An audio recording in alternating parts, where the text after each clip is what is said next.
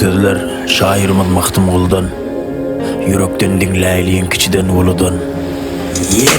Dokuza yatmışım enemin karnına, göz açıp dünya düşen güllerim. 4 ayak gezerdim enemin eline, 8 ayda gülüşen güllem. 1 yaşımda bilmedim yaxşı yamanı, 2'imde tanıdım atam enemi. 3 yaşımda Tanrı berdi zabani, 4'ümde daş atışan güllem. 5'e ötürdüm bahar yaz bile, 6'da kovalaştım men baz bile. 7'imde işim yoktur kız bile, 8'imde dişim düşen güllerim. 9'umda berdim Tanrı salami, 10'umda boynumda hakkın kelami. 11'imde tuttum davet kalami, okuyup da mana seçen güllerim. 12'imden gittim 13 yaşıma, 14'ümde eser vurdu başıma. 15'imde kızlar girdi düşüme, 16'imda kaynap zoşan güllerim. 20'imde metan gezerdim, 25'te kanım okun düzerdim.